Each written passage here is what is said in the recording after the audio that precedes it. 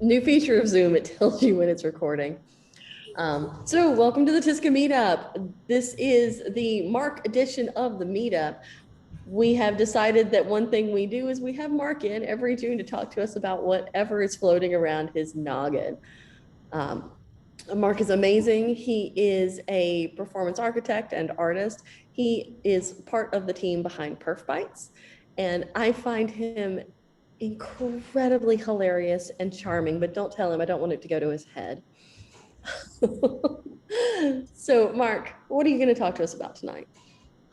I'm going to talk about food um, and food as a metaphor, food as an analogy for how we consume technology and how we maybe would love to know a little bit more about the computers we're using. And this should be quite fun, I think. I think you're going to like it. And I will thank you for the Incredibly title. excited. Yeah. I will thank you for the title because Jenny and I were going back and forth about this idea, and I threw kind of stuff out. She threw out the abstract. And Jenny, what was the first quote you grabbed that you put in the meetup? Um, Cooking is basically bleep observability. Everything about cooking is actually a really bad observability. So I'd like to talk about it. You guys ready to go? I'm happy to be here, and it is fun to be here in June, the beginning of the summer, as most children get out of school. If that's still a thing that you get out of, I don't know. Maybe you do. Maybe there is summer break still, but then you've always been at home, or I don't know. But thanks everyone for joining. Jenny, did you want to say anything else, or are we just ready to roll? Let's get cooking. Okay. I'm having a little red wine, as you would, but have some tea, have some water, or have nothing. If anything, you might not want to be eating while I give this talk, and I need to do a share the slides, don't I? Let's go right here, and let me know if you guys see that properly. Is that shared all right? Yep, we can see it. Awesome. I'm gonna do some settings here to make sure everything's good. So welcome to this presentation called Now You're Cooking with Observability. I am Mark Tomlinson. As Jenny said, I'm a performance artist. So I'll probably be doing some rope work behind me. And I apologize in advance for any nudity. So anyone under the age of 18 or doesn't consent, any accidental wardrobe malfunctions, they're not part of the presentation. They truly are malfunctions. But it has nothing to do with the topic that I want to dive into, which is observability. And generally this idea that in older days you had systems that could be monitored. We did pretty good at monitoring, right? So we monitored resources, we monitored CPU, we monitored, transactions going back and forth. We could say, oh, here's a file that was open and a file was closed. And here's kind of some basics about CPU, disk memory, network kind of monitoring, kind of the basics of what a computer can be monitored. And over time, boy, we ask, it would be nice to know what the temperature is on the processor. So we put temperature sensors on there. And the idea that we had all of these growing concerns and questions about the computer systems, and because when they broke, it was really expensive. Back in the day, like, it was really expensive. And now when a website goes down, we figured out some resiliency, so we can actually keep stuff running pretty good. But monitoring has grown into, wow, now we have application logs. So if you've ever talked to a developer when there's an outage and they're like, hey, something went wrong on the website. Can you give me the logs? I have to look at the logs. Where are the logs? Okay, so you got monitoring, CPU is at 80%, and there's out of memory. And then the logs. And the idea that you've had maybe in a complex interconnected system of web services across hundreds or if not thousands of nodes located on the internet across the world, all of them are very separate and talking to each other. It's like being in a stadium where each person sitting in the stadium is a web service with a host and a CPU and a container or a virtual machine or something, and they all have logs and they all have monitoring. But we weren't tracing stuff well, you talked to Mary, and Mary talked to Jenny, and Jenny talked to Leandra, Leandra talked to Britt, and Britt talked to Mary. Wait a minute, Mary already talked to Britt with the, so this gets really confusing really fast. So the idea in the last, I say 5 years was, hey, there's kind of this meta called observability about a system, an interconnected system of how stuff talks to each other in a computer. And I thought to myself, during the pandemic, I learned to do a lot of cooking. I'm into like smoking meats and doing barbecue. And then I had to think about different ways, the supply chain for where I got my food.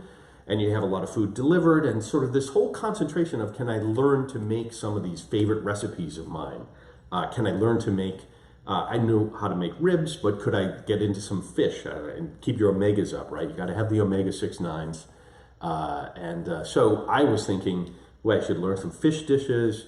I should probably learn how to make some of my favorite desserts, but I can't have the sugar, so how do you make it? So I really got into cooking over the last year, since a year ago in June. And I'm like, all right, so this would be really good to figure that out. And then I really got to asking questions about where my food came from. So a lot of talk about observability in systems and food. And in the last presentation that I gave about observability, as you would, I used an analogy like an automobile analogy, which is kind of, it's very masculine, you know, the car racing performance, it's car racing speedometers, and, you know, that's the hoo-ha kind of thing. And what was that movie with the Ford versus Ferrari thing? And I don't think there's any women, maybe there's like 3 women in the whole movie, it's kind of nuts. But I'm thinking to myself, all right, here's the evolution of observability. And I went down this whole metaphor about cars and performance and observability. And, you know, we didn't have the evolution of the speedometer plus GPS and all this. And I thought, boy, if I'm going to do something about food, I've got to do something much more fun. And so the first reference that pops into my mind when it comes to having food is actually where I learned as a kid to cook, because there wasn't a lot of cooking, really elegant cooking, or even teaching me how to cook things as a kid. And I thought, where did I learn to cook this stuff? I learned to cook from the Swedish Chef on the Muppet Show, and there's various different dishes and the processes for learning how to cook from the Swedish Chef. You can unmute yourself. Does anyone remember the Swedish Chef song? Here. I'm singing like I'm up to this, Lord.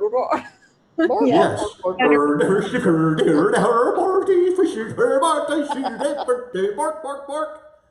That's exactly right. So, what does that have to do with observability? Well, the Swedish Chef was a great introduction for me to how that, if that's how cooking is done, how does this ever actually work out? And so if I wanted to observe more than just the Swedish Chef stuff, I broke down the idea of how is this food coming along, and what, you know, how if I needed more information about each step of the process, where food is made and where it comes from in this, I broke it down into these different kind of segments. So there's ingredients, distribution, preparation, cooking, delivery, and consumption. These 6 different areas, I want to walk you through an analogy of food and cooking as an analogy for systems and technology for computing. So the ultimate question was, gosh, what would make this food more observable? And I will give you the trigger warning again, like I did before. If you have any sort of queasy food sensitivities, and you already harbor some healthy distrust of where your food comes from, this presentation might not be for you until about halfway through. So just go take a break and come back in about 25 minutes when we start to talk about computers and engineering. But in the meantime, this is my ultimate question that I wanted to talk about. And that was simple questions like, where did this food come from? How was it handled before it arrived here at my doorstep? I had food delivered. And I have vegetables, the Misfits, strange shaped vegetables delivered to my house. And I can tell you after the thing, I'll tell you a whole story about a drink we made. How was it prepared before it was cooking? So if I bought pre-prepared food, like the Blue Apron or some of the other services that are like half prepared food, well, who prepared that food? How was it prepared? You know, that kind of stuff. Ask questions like, what happened during the cooking time? Like, what's really happening while I'm cooking this? If I'm the Swedish chef and I'm just sort of a random Swedish guy, Muppet going after all of this, what is actually happening there? And how do I know this stuff is happening? Like, if I'm not trained as a chef, how do I know that it's actually cooking properly? Is it cooking too fast? Is it warming up too slow? Does it have the right ingredients? What's the chemistry involved? And then when I think about chemistry, then I think about covalent bonding, and I start thinking about the mathematics of chemistry, and then I give up altogether and just have another sip of wine, which is fine. Cheers, cilantro. And of course, who else touched this food? So if you're a germaphobe, respectfully, that's a big thing for a lot of people. Who else came in contact with this food? And really conscientious kitchens that are out there, food to table kitchens are, I've actually heard somebody take that up, you know, and they had a very conscientious answer for that. I thought it was good. Who else touched this food before it came to me? Or like, we have a no-touch policy, we have a gloves policy, really popular in the pandemic times if you were going to serve food. Hence, I saw this warning that scared the absolute crap out of me. Workers in U.S. meat and poultry processing facilities have been sickened or killed by the SARS virus, and this product has not been certified virus-free. Thanks, guys. Thanks. I'm trying to cook my stuff at home, make some chicken, make some ribs on the barbecue, make some fish, and I have this big yellow warning now. Now I have shit tons of questions about what's actually going on. So, since I've been studying engineering and observability around monitoring, tracing, logging, and all of this kind of stuff at work, in my job I do payments processing and I do all sorts of really, really fast transactions through a huge payment gateway. And so we're applying all sorts of observability frameworks or observability principles in what we do above and beyond normal monitoring. Hence, I brought in sort of those questions. Like, there's a big thing for us around transparency, right? And if I apply that to food, what are the invisible characteristics about this food and how do I make them more visible? How do I share them? The different steps within a transaction. How do I share that about food? What are the invisible parts of food while I'm cooking it and what came before and after, etc.? Is there any logging? Like, while I'm cooking the salmon, it doesn't have an app log that spits out and I can't, here I got a message here and a message here. I can get some text messages for my salmon on the barbecue, tell me whether it's done cooking or not. But do I have any information about that particular piece of ingredient and its history? Like, where did it come from? What's the fat content? What's the constitution chemically within the food? How should I cook it best? Would be a different question. How do I handle that food or that transaction the best? Tracing. So can you actually trace the parent-child relationship between, like, a chain of custody for this food, which is a real thing actually in the food world. They actually have stamps, import-export rules, who handled the food and who signs, and there is actually a chain of custody that's done by the USDA, but also other food entities that are managing the distribution. So I thought that's really interesting. Who else came in contact with the food, packaged or not, right, along its journey to my mouth, which would be great. Monitoring, like, what's the current status of the food? If I'm monitoring this, and what's the history of monitoring? Can I see the history of monitoring on this food? How do I set up that monitoring? How can I see into the food? Well, wow, that's kind of bizarre. And then I'm like, wow, that sounds funny. And then I'm like, wow, have you ever cut open a piece of something you're cooking? It doesn't have to be meat, it could be anything. But you're kind of looking at the internal color. I'm like, wow, I'm monitoring that food while I'm cooking it. Like, what? And I may be touching it. Like, so I have like a pressure sensor in my finger, like, oh, yeah, that's still pretty tough. I'm going to let it cook a little more. It's really interesting stuff around monitoring. I'm like, wow, this is really cool.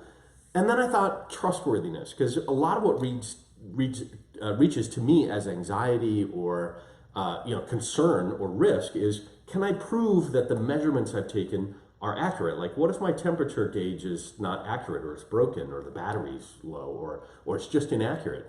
Do I know I've cooked it properly to avoid some issues? So trustworthiness was this interesting thing in the food world that I thought, well, that's something new. There's been trustworthy computing initiatives in our industry probably over the last 25 years. But I think about that as, kind of the emotional aspect of trustworthiness, right? Confidence. And so I thought, well, that's something I could learn from concerns in the food world that I could even apply to the systems world. And then I thought, as a big component, a principle within the observability constructs about sharing, curating, and facilitating sharing and transparency of the data. So does anyone else know about this food and that should know about it, and maybe they didn't get invited or they didn't have access to the data or whatever? So I thought there was interesting things about shareability as well. So I want to dig into all of them. But before I go into all the observability questions that will make you anxious, I want to talk about what makes a food unobservable. So I like this trick in my mind if I can do the inverse. It's like, all right, well, I'm asking a question about observability. Let's just flip and say, well, what would make it unobservable? Am I really convinced and I prove to myself that it's not unobservable? And so what would make food unobservable? Here's the easiest one, packaging. So obscured, solid, or opaque. Like here's Lay's, I love Lay's classic potato chips. There's also Hers up here in Pennsylvania, Herrs, Hers. Hers is also very good, but all of the potato chips for the most part, they don't have any tortilla chips, transparent. You can see the tortilla chip, but potato chips, they're completely opaque. You cannot see inside the pack. Yeah, Lay's puts a picture of some potato chips on the cover, but that's not this is some weird marketing photo that's been photoshopped to look nice on the yellow background, which is red, yellow dye number 5 or whatever, this red dye number 5, yellow dye number 3 or whatever. So packaging is obscured, solid, or opaque, as opposed to like you could have home cooked at maybe at a more holistic or organic food store. You have homemade potato chips, and they put them in a clear, transparent bag that you can see. And I thought to myself right off the bat, just with this first kind of investigation, here's commercial products and here's open source.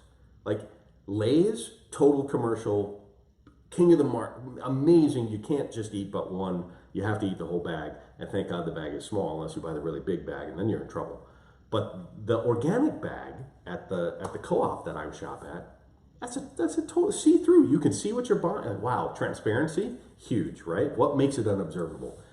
Misleading nutrition information, that's another one. So you ever seen the trick they do with serving size? Where you're like, oh, these calories, not that many calories, not that many carbs. Oh, they're good in fiber, whatever. Let's see, that's great, I can eat those. And then you look at the serving size and it's like 1 thimbleful.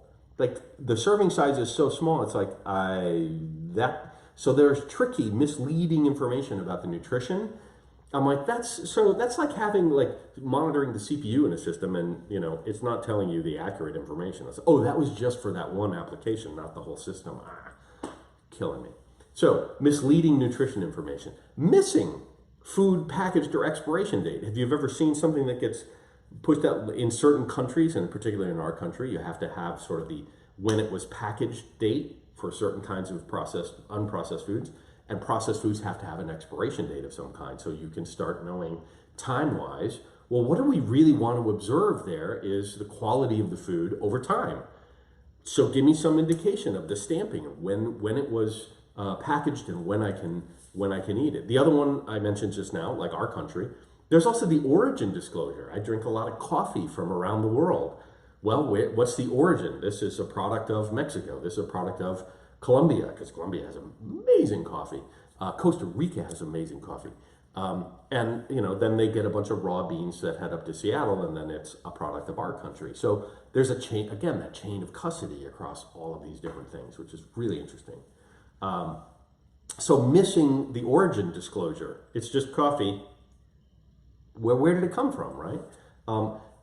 Food can also not have any measuring at all for its life history, meaning if you go research a particular ingredient or a food source, you're like, well, this was grown in the hills of Costa Rica, the beans, and there was a guy with a burro walking by, and it shows up at the window, and Juan Valdez says, hey, have some coffee, it's great. But I mean, that's advertising, but in reality, there is a whole history to every ingredient in every food. Some sort of more, I'd say overly responsible, but more responsible companies will actually tell the whole history. It was, this was these beans are brought from here, they're gone here. You can find out about it. It's pretty cool. If you're not measuring the ingredients while you're preparing those things, so let's say I'm not just looking at packaged foods, but I'm making food myself. Boy, if I don't measure the ingredients right, then I can't. If I'm not observing that, I don't know how much sugar was in that. believe me, that's a problem for me. If I just go by my taste measurement, boy, I'm going to put way too much sugar in there because I really like sugar and my brain is off. Not measuring the cooking temperature. Like if you don't know what temperature you're cooking at on the oven, you're not observing the whole context for cooking and preparing that food. So those are just a few things that would make food, either in its packaged state or on its journey to your tummy, somehow unobservable. I just can't find, if I'm not measuring these kinds of things, if I don't have the data, I can't observe them. So, starting with the first one, sourcing ingredients. Where did this food come from? Do I even know, right? What's the country of origin? Like, where did it come from? Like, that infers a lot because we rely on a lot of international standards for cleanliness or quality, right? So, if you source right now, I ordered sushi from Fukushima, Japan. Okay? You might not have heard the news a few years ago that there was a massive nuclear plant after a tsunami that they've actually put a bunch of radioactive waste into the ocean. And so if you're having oysters or any kind of seafood that are in the current all the way around from Fukushima, you probably don't want to eat sushi from Fukushima. Just saying. Just a thought, right? It's like eating potatoes that were grown outside of Chernobyl 20 years ago. Although Chernobyl, I guess, it's kind of happening now. There's a lot of Instagram people going in there and doing cool things.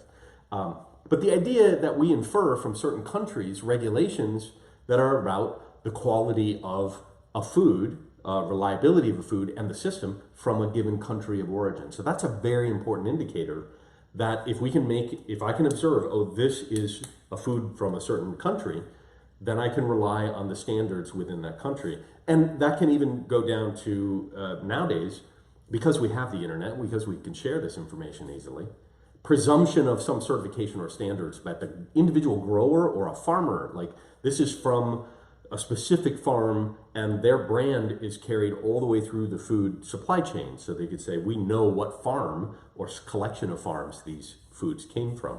And we presume that they're certified in a certain way or to a certain set of standards in the country that they're in. So that's, again, a very interesting way to think about that. Who is the grower farmer? We might ask, what's the date of harvest? Again, dates are really important because whether you know it or not, food ages, it rots, right? Unless you're a Twinkie in Zombieland, because in Zombieland, Twinkies like have a shelf life of 1,000,000 years. But if you have a harvest or a catch, you ever heard the catch of the day? If you're eating, market price seafood. I lived in Seattle for many years, so you could get fantastic sockeye salmon. There's the caught that day, fresh or wild salmon was fantastic. But if you're getting a date of harvest or catch, it's required by certain import and export laws. And so do you think someone along the way might have some financial pressure to say, no, we just caught this yesterday, but it's really 10 days old just to get stuff imported, whatever. There are always, wheelers and dealers along the path there are like, no, this is fine. We can do that. I'm like, oh, great. That's wonderful, right? And also, did the source for a given food, I always buy raisins from Bob's Co-op because he has these great Thompson raisins that I use in oatmeal raisin cookies with a little bit of cinnamon and nutmeg. It's delicious. And then all of a sudden, the raisins taste different. And I asked Bob, these look like the same packaging? They're like, oh, yeah. The people that actually produce those, the company changed, and they started sourcing raisins from a cheaper place. And I'm like, the source changed, but the packaging, everything else, I couldn't see that those raisins had changed, but my taste buds could tell you those raisins definitely changed. So this is really interesting. I'm like, wow, okay, I'm really upsetting myself about my oatmeal cookies not being as good as they used to be. And of course, I had no food safety during a pandemic type of talk wouldn't be complete without a reference to Contagion, the movie, and we see Gwyneth Paltrow meeting. Yeah, so I just had to throw that in there on day one. If you haven't watched that movie, don't go watch it. It'll just make you really upset. It's not good at all. The second step, food distribution. Like, how did the ingredients get from the source to here, to my store or to my table? And what were the exact steps? Like, one of the things for me is I don't even know the exact steps, but it had to travel on a truck or a plane or a vehicle of some kind. It's maybe a air-conditioned or a freezer truck or something. And I worked for the co-op that I worked for. They have like volunteer days. You have to go unload the truck. Like I like to go and unload and bring stuff in. There's always the refrigerated delivery truck. That's kind of the last few steps of a really big process. So what were those exact steps from the source to the table, and what's involved with each step? Like who touches it, how much time is spent at each step, and is there any information whatsoever about what was happening in the environment? Or, oh, well, we got a bunch of these red peppers and we pulled them out of the ground somewhere near Salinas, California. But we go to Mexico to get a lot of red peppers as well. And then we bring those over. But, during that time, there was actually a hurricane. And you're like, all right, well, did the red pepper supply truck stop for a hurricane? No, a couple of them got tipped over and then spilled. And then we just put the red peppers back in the truck after spilling. Well, what was spilled? There's all these bizarre what ifs that just drive my anxiety in the roof. But then I'm like, but the red peppers taste so good. I don't care. Like if it tipped over in the truck, they put it back in, it's fine. So what's the environmental context at each step of that process? And are there any regulations that were potentially violated along the way? I was like, all right, well, there's no indication on my red pepper that I can look and say, oh, I can see this is some kind of anomaly. There was something unusual that happened along the way, from the truck that was driving down with all of the apples or red peppers. And then, oh, there was a guy who was kind of wheeling dealing out the side of a storage container in 110-degree heat somewhere in Phoenix that stopped off, and then my pepper went there, and then it got in another truck and then flew in a plane. Or maybe I'm just going to the dirty restaurants on wheels. Anyone likes food trucks? I love food trucks, but there is some risk involved anytime you go to a food truck of any kind. For the most part, I don't think it's as bad as it used to be, but I'm torturing you with this very dirty restaurants on wheels. It was a real picture on the internet. I found dirty restaurants on wheels. I don't think it's real. So after it's distributed, and I'm thinking it goes to food preparation, like we're actually going to prepare this food.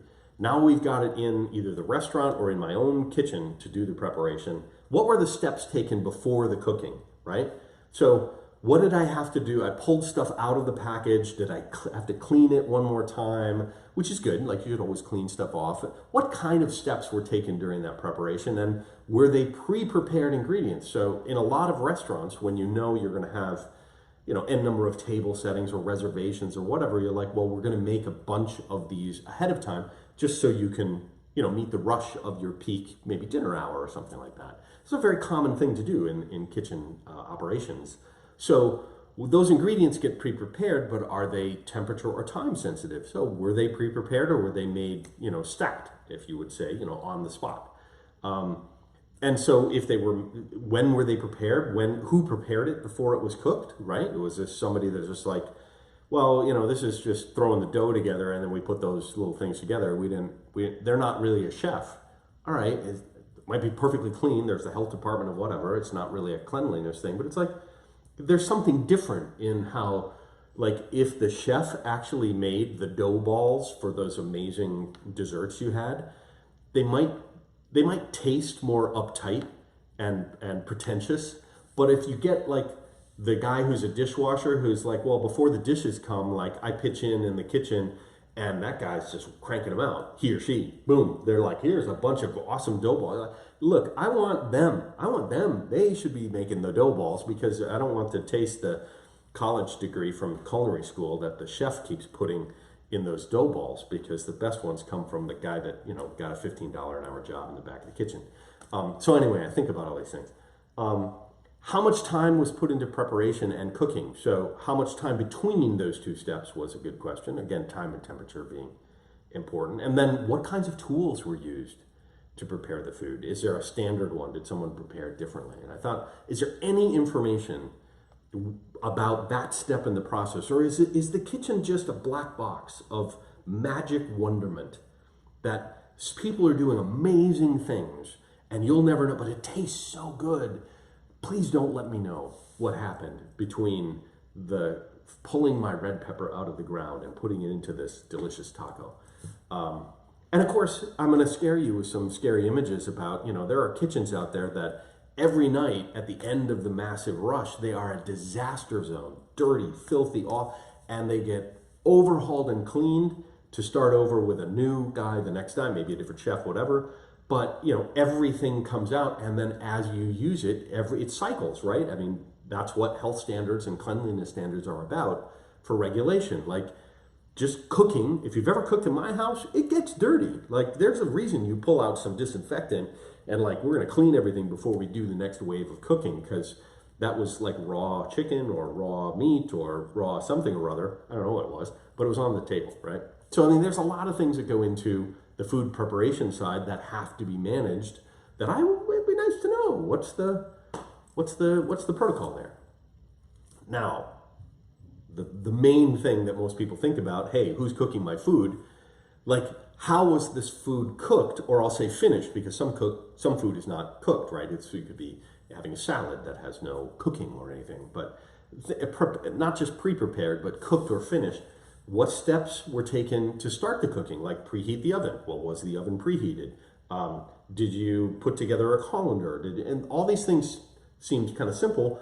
How long was the cook time? What measurements were taken during the cooking? So if you're pouring in ingredients in certain amounts, but let's say you're preparing blowfish, and there's a very specific way to prepare blowfish, and then the final product, if you didn't know this from a blowfish perspective, because it's poisonous, and there's a few other poisonous foods that are interesting, like certain mushrooms and things, you have to prepare them right. But then as you put certain amounts within the actual finished food to an individual, you're only allowed to serve through regulation a certain ounce or a certain amount of that food if it has potentially poisonous effects. Yeah, I didn't know that, but I'm like, okay, this is really interesting. Like, and I'm parallel, I'll get to it, is in the payments world or in the gateway world. It's like, well, if we let too many of this kind of transaction, we know that's going to totally take down the database. But I'll say blowfish for now, which is like really, really poisonous. So what was the cooking time, right? What tools were used to take those measurements? What was during the cooking time? What was the temperature? Like, you don't get to ask the chef, maybe you ask a barbecue guy like me that's like, what do you run your smoker at? I'm like, 225 to 250 Fahrenheit. That's fine. It rides right between there, and you can get some information. But mostly, unless you're the chef, you don't know what some other chef or some other person, what their temperature was, right? So what was the indication then that that chef, how did they make the presumption that that food was ready to serve, that it was done?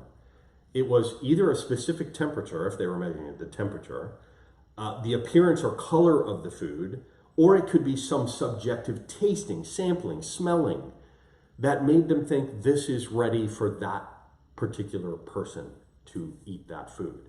And so, but they don't necessarily share that.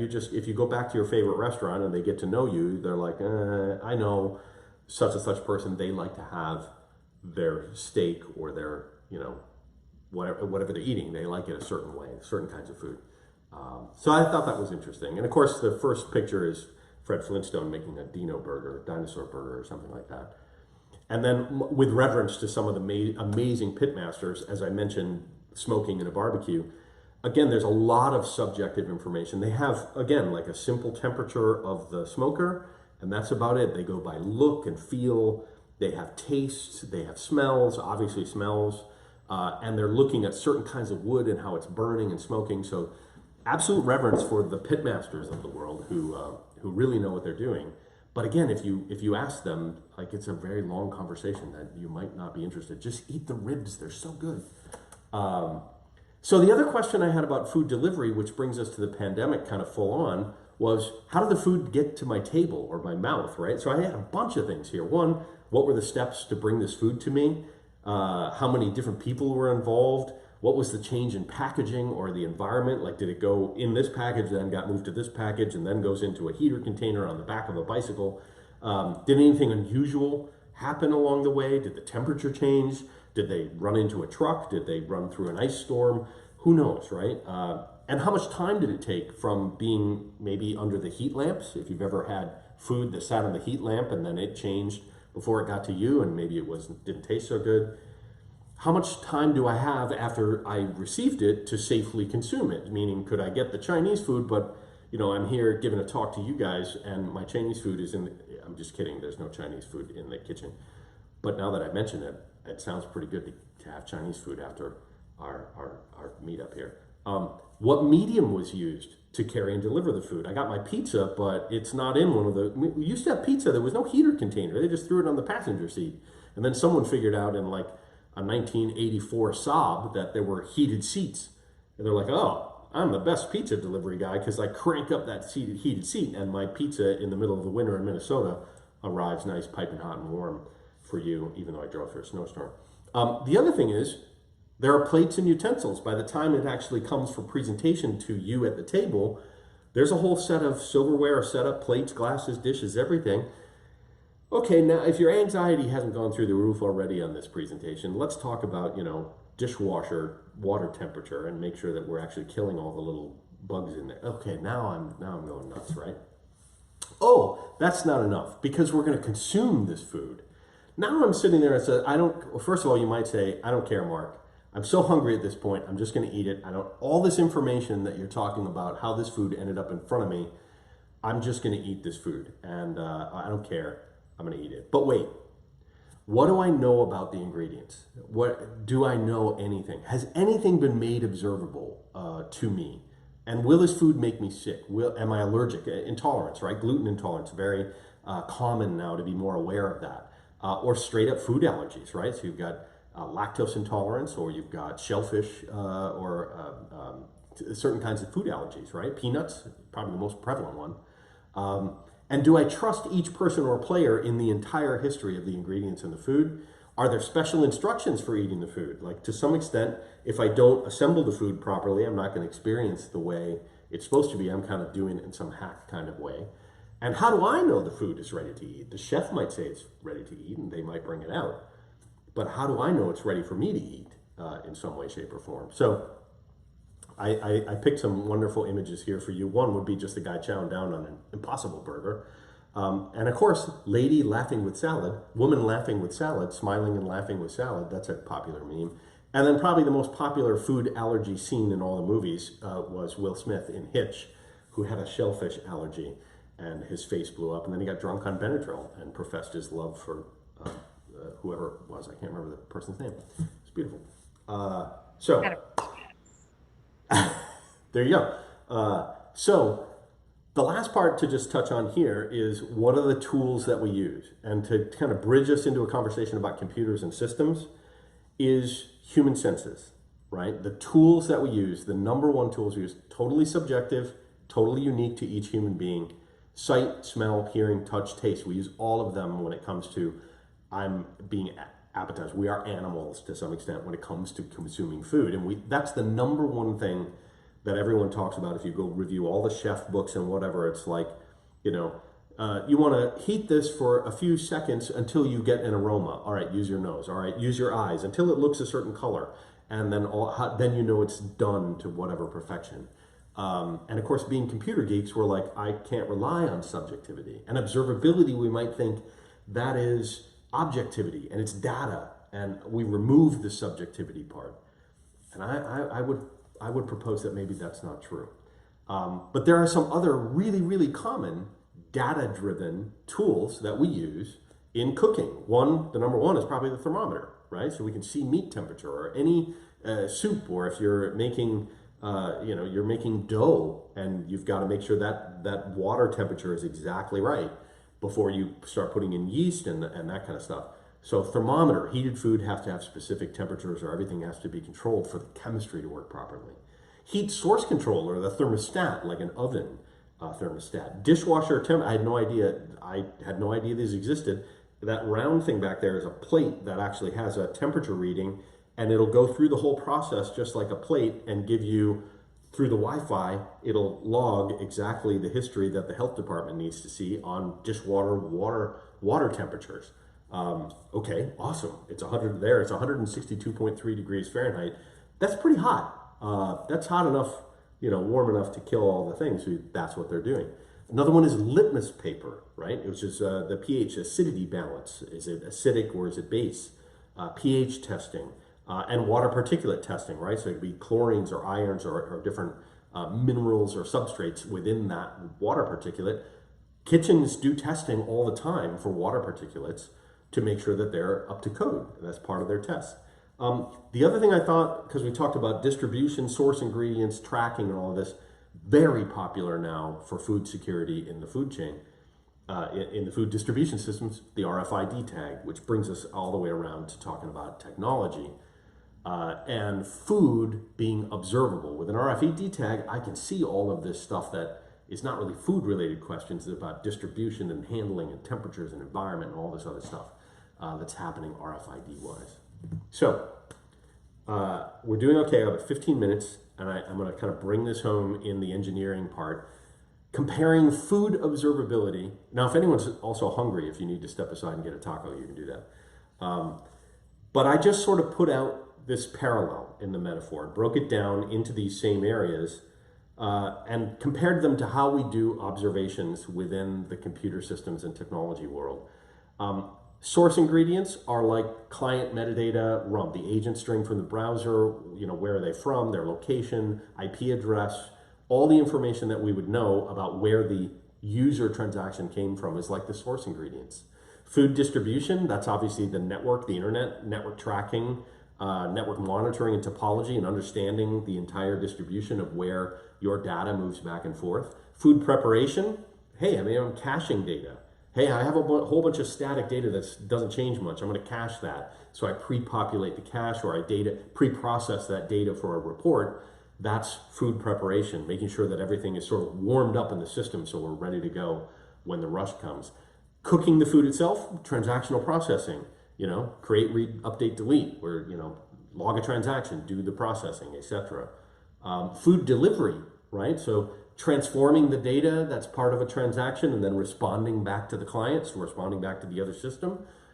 That's like delivering it, what happens on the way.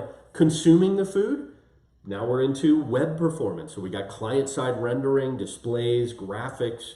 You got all of the client-side application in a browser or an application that has to render that experience at the end of the process so we can consume the experience of the technology. And then some of the tools we use, right? The basics of observability for us is monitoring, logging, and tracing. Those are your three pillars, if you will. So let's dig into let's dig into engineering with observability. And I'll bring this home just in some of these constructs, right? Overall, your goal is to make sure that you can do everything you need to do to keep a computer system running healthy, safe, secure, performant, efficient, reliable, manageable, without having to stop everything, dig inside the system, push a different piece of code. That's the old way we used to do it. Hey, did you turn on debug mode? No. All right, stop everything, ruin the context, turn on debug mode, and then cross your fingers that the anomaly will happen again. And it rarely happens because you've changed the conditions of the system. And so observability is like testability. If someone gives you an application and you just can't test it, automatability, it's just like, this thing is a total black box. There's no way to see in and out of it. I can test the ideas around it, but I can't actually get my hands in it and actually test that code. Observability is the same way. We gave you a thing that runs, but you can't see the core metrics. Doesn't have any logging. You can't see, there's 80 different steps in the logic tree that are happening inside the application, but you can't see what step failed and what came next and what came before. We're just going to make it a black box. And observability is more like what I'll call gray box. Sort of, it's not truly white box debugging, dumping, heap dumps, that kind of stuff, where you can do breakpoints within live code, but it does give you more information about each step in the processing through logs and through tracing.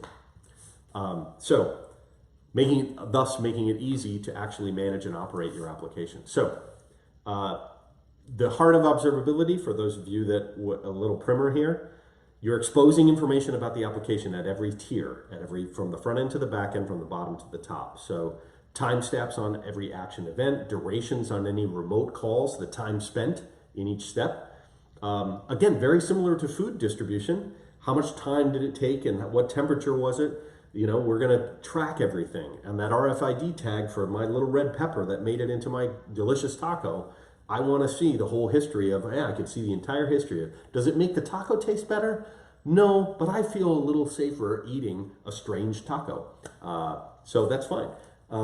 Listing of the methods and constructors, right? The volumes, I'm jumping around a little, volumes on things that impact capacity. So we're doing transactions that fill the database up. So we want to know how much data is coming in over time. Entry and exit events for an event-driven architecture of some kind. Using an instrumentation framework is another tip you can do. So rather than having to build observability and traceability from scratch, there's some open telemetry or commercial products that can actually, open source products that can do that for you. And it's really the ultimate goal of exposing what's important to know about this application. Should not require any undue additional effort, no changes. It should just, when it's running, it's inherently, I can see everything that's important to me about that food, about that computer system. Sorry, that was intentional.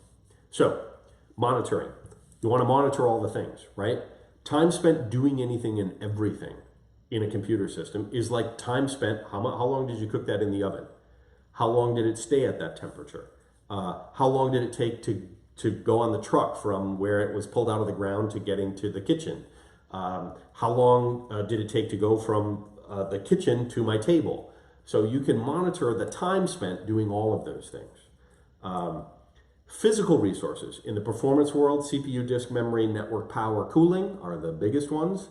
But also in the logical resources, you want to look at connections, threads, objects, rows.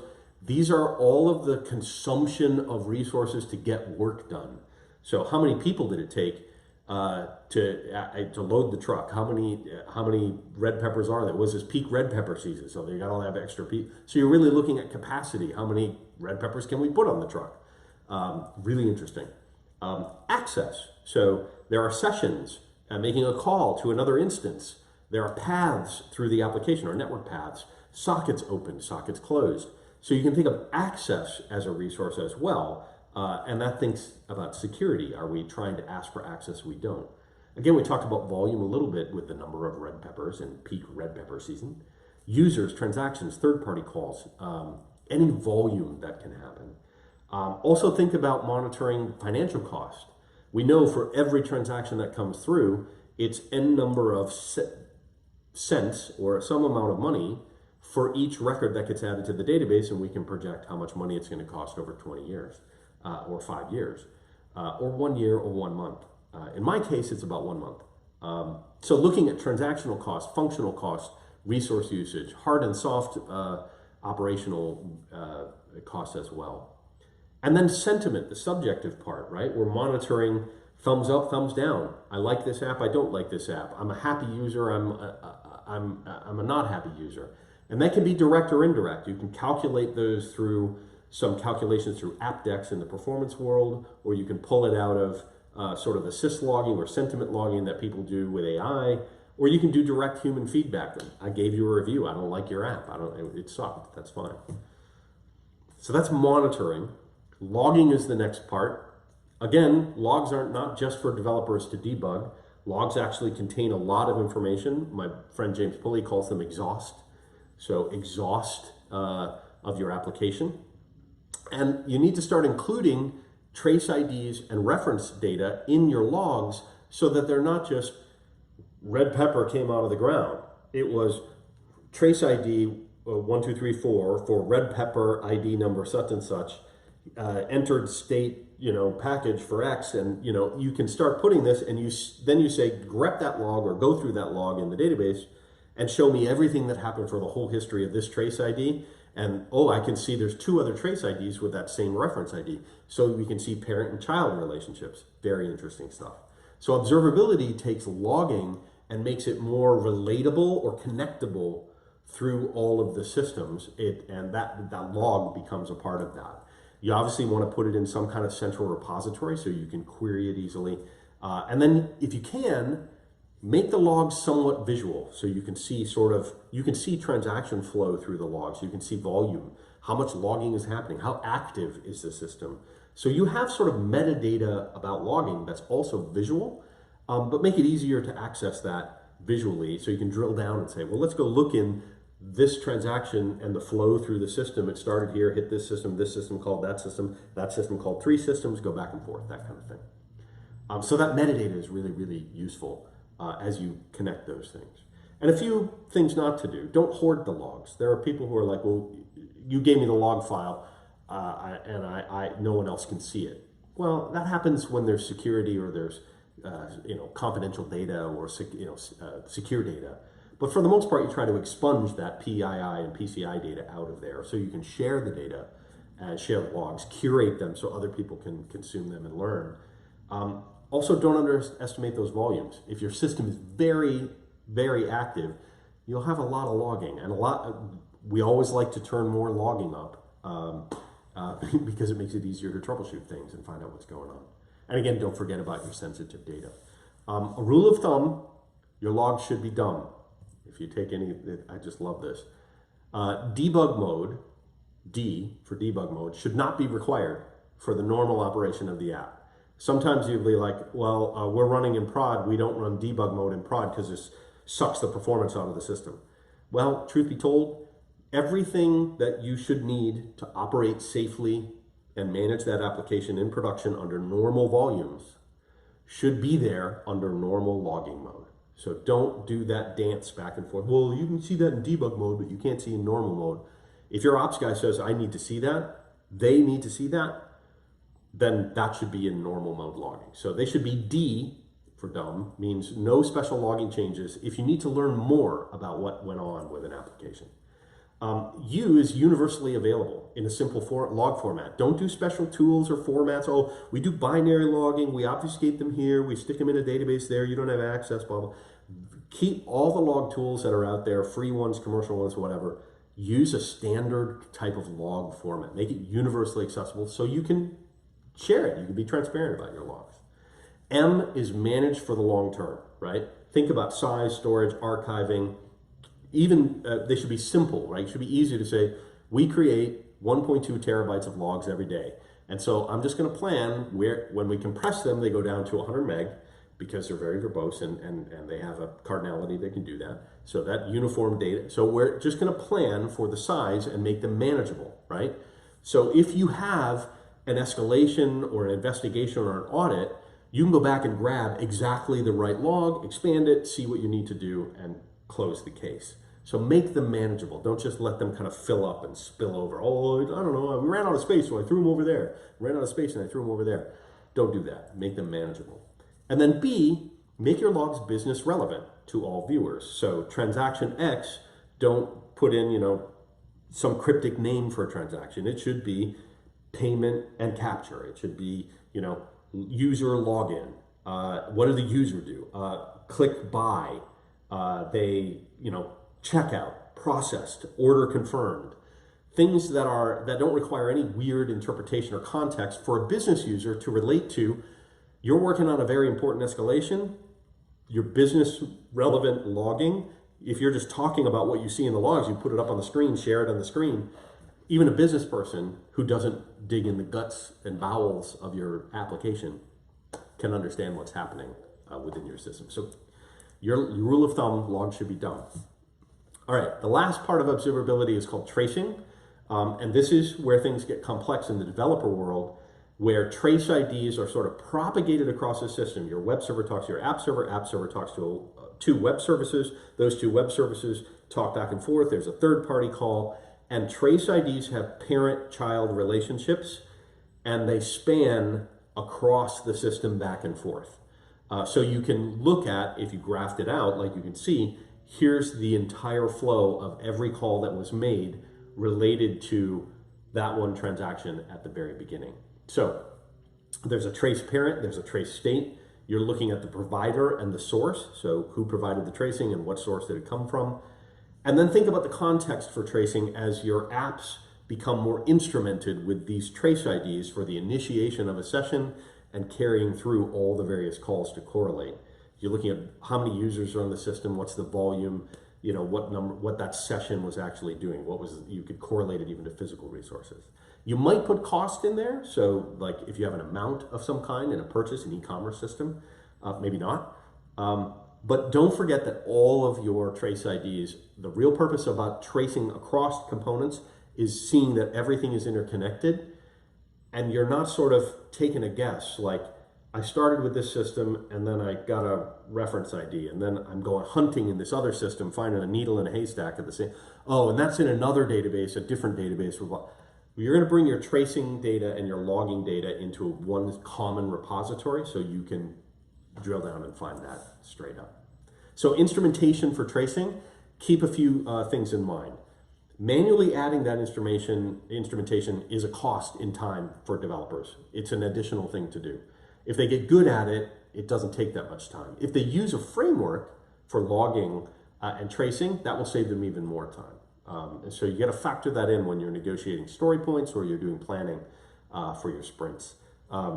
The event tracing itself within the systems actually has tremendously low overhead because it's running compiled within the application itself. It's not borrowing off of other log resources that are IO intensive and crazy.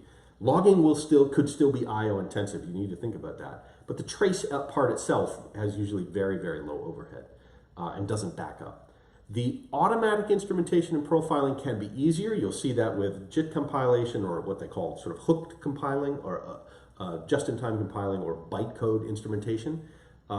And that instrumentation in some of the tools does make it easier, but it may not get you all the way there. You may still have some black box things that need extra instrumentation and tracing. The goal in all of that instrumentation, if you're working with developers, be explicit about each context for the flow of a call and look at where we can trace things in and out of those entrance and exit states across that flow. And then also, I always say, exceptions should be exceptional. So don't abuse try-catch logic and then put your tracing and logging stuff in exception. We just want to know what went wrong. No, you want to see what went wrong in the context of everything that's going right.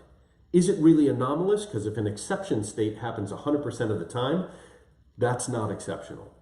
You're in an error state 100% of the time. There is no other traffic. And that's an architectural philosophical thing for me, for sure. So monitoring, logging, instrumentation, tracing, and those will get you down the road. The last part, are we doing okay on time, Jenny? We're hitting 7 p.m., so I would say wrap it up as soon as you can. Not that I want to kick you off the stage, but you know. No, it's fine. It's all right. That's all right. I'm bringing it home. Cool. So there are three main things about observability that are causing this popularity, I'll say in general recently. One is the ultimate backlash against unintelligent, lazy, static monitoring and logging. So if you have people in your company that are like, yeah, we have the monitoring, we turn it on. What do you know? Oh, it's running over there. There's a dashboard that no one looks at, and it shows CPU and memory. And you know, sometimes the last 18 times over the last 10 days that it went to 100% CPU, no one complained, so we don't really care. So that's lazy, unintelligent. Just I'm doing the basics. I have some logs. I don't know where they are. I could get them. That's observability is like let's become more intense and intentional and actually manage this as a concept. So that's one thing that's making it really popular, that people are seeing, hey, if we've been doing the status quo, boring, lazy log, it's not really helping us. There's no benefit to that. The other piece would be adopting open source. So the fact that a lot of monitoring APM tools and everything have been proprietary. They've been commercial tools for a very long time. But within the upheaval, the amazing, robust open source stuff that's happening out there, open telemetry is one of the key ones. Those open standards for sharing that information just makes things generally more popular. People are more excited because they can consume and participate and be part of that sort of movement or the community, and they can contribute to an open source tool and be part of that. So that makes it very popular as well. The other thing that's happening is Agile is actually paying off, right? We're actually breaking down those old silos. And so the idea that observability, the key thing was about curating information, facilitating, collaborating with one another, being transparent and sharing, all of those concepts or principles play right into the idea that a modern tech company or a modern IT organization does a lot of collaboration. So if we can collaborate around these observability solutions, then that's going to be very, very popular. A few things to keep in mind. Causation is greater than correlation.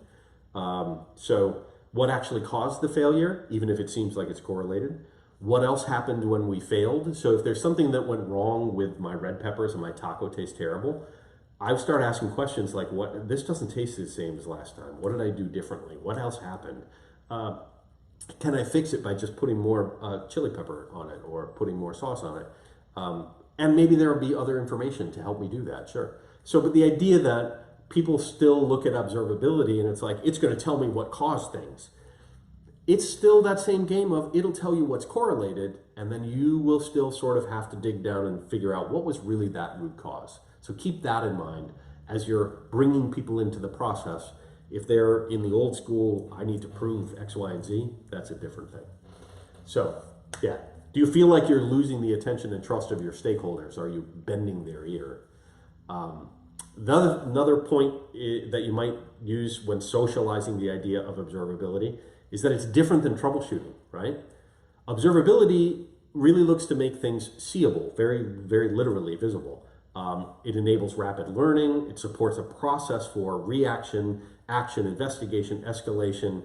It's expandable to larger audiences, etc. So it's kind of making things seeable and expanding, where troubleshooting is about remediation and validation of a specific fix. So it's observations, based on observations with low risk and high confidence. You can support that process, as I point out, to repeat an incident and compare that to fixing that state.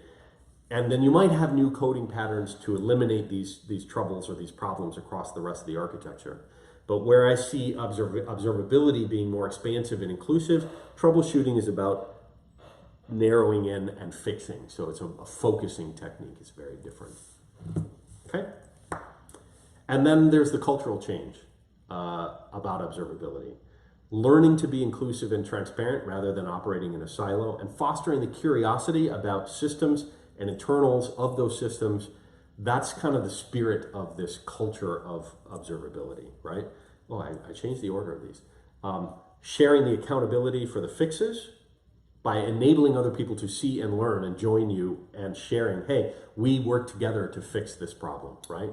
And then if one of the people you're working with is sort of, oh, my bad, that's a code bug, or this is an issue I caused, making it okay for them to be seen, or their code or their work as the root cause, make it okay, make it safe to do that, because we're all in this together, we're gonna fix that kind of stuff. That's also a cultural change.